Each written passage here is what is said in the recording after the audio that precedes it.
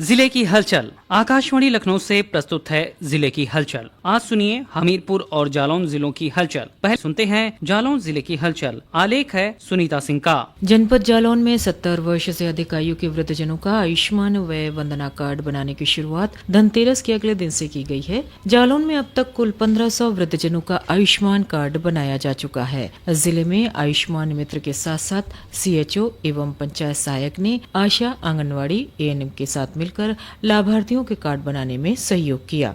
जालौन के मुख्यालय उरई में अध्यक्ष उत्तर प्रदेश गौ सेवा आयोग श्याम बिहारी गुप्ता और सदस्य राजेश सिंह ने जिलाधिकारी के साथ ग्राम चमारी स्थित गौशाला का निरीक्षण किया।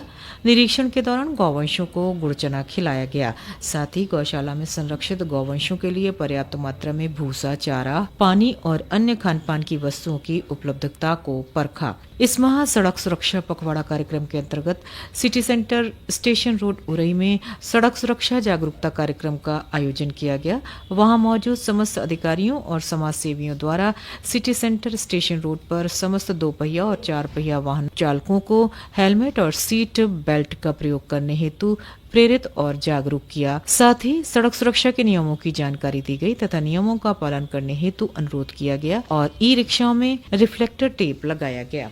दीपावली बीतने के बाद हिंदुओं का बड़ा पर्व कार्तिक पूर्णिमा 15 नवंबर से शुरू हुआ और जनपद जालौन में स्थित पंचनद संगम में पंचनद महोत्सव और स्नान पर्व पर कार्तिक पूर्णिमा के दिन पंचनद संगम पर हजारों श्रद्धालुओं ने श्रद्धा और आस्था की डुबकी लगाकर स्नान किया। तो वहीं दूसरी ओर जालौन जिलाधिकारी राजेश कुमार पांडे और पुलिस अधीक्षक डॉक्टर दुर्गेश कुमार ने पंचनद संगम का स्थलीय निरीक्षण कर स्नान घाट पर उचित बैरियर लगाने और मेला आने वाले श्रद्धालुओं की सुरक्षा के लिए पुख्ता इंतजाम तथा सुरक्षा व्यवस्था के निर्देश दिए। महापर्व छठ जनपद जालौन में भी मनाया गया। जालौन के मुख्यालय उरई में स्थित रामकुंड के पार्क में लोगों ने ये त्योहार बड़े उत्साह और उमंग के साथ मनाया।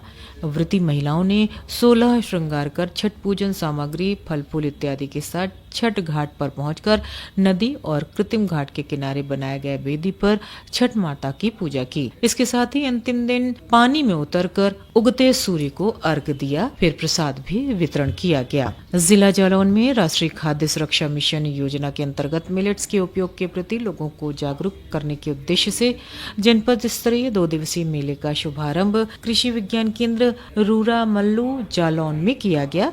इस कार्यक्रम के माध्यम से जनपद के कृषकों को मिलेट्स, पौष्टिक अनाज जैसे ज्वार, बाजरा, कोदो, सांवर, रागी, मड़ुआ आदि की खेती, प्रसंस्करण एवं उपभोग को बढ़ावा देने हेतु प्रोत्साहित किया गया।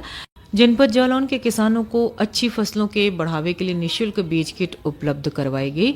ये किटें पंजीकृत किसानों को वितरित की गई हैं। इन किटों में चना, मटर और मसूर को शामिल किया गया है और ये किटें जनपद के 13 बीज गोदामों में वितरित की गई हैं। जिला कृषि अधिकारी गौरव यादव ने बताया, जनपद जालौन में कृषि विभाग द्वारा संचालित 13 गोदाम हैं और हमारे यहाँ जो बीज मिनी किट प्राप्त हुए हैं, चने का लगभग हर ब्लॉक में 30 कुंटल, मटर 15 कुंटल, मसूर 12 कुंटल और सरसों 18 कुंटल किसान भाइयों की प्राप्त हुए हैं। सरसों की मिनी किट 2 किलो की है, चना की 16 किलो की है, मटर की 20 किलो की है, मसूर की 8 किलो। ये सभी निःशुल्क मिनी किट सभी गोदामों पे उपलब्ध हैं और इनको बांटा जा रहा है। सरकार की पहली मंशा है कि एटलीस्ट किसान 1 बीघा में सरकार द्वारा निःशुल्क बीज बोए और जिससे उसका उत्पादन बढ़ सके।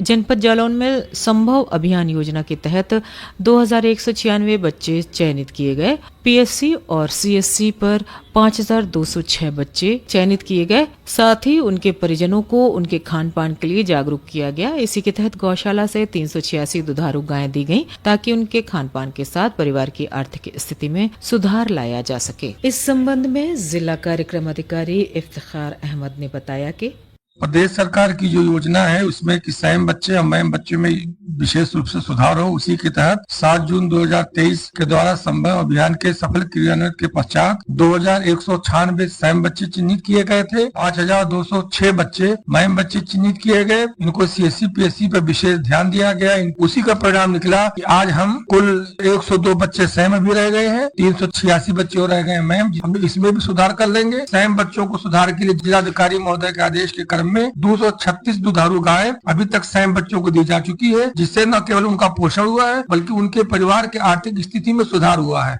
ये था आकाशवाणी लखनऊ के क्षेत्रीय समाचार एकांश द्वारा प्रस्तुत जिले की हलचल का आज का अंक।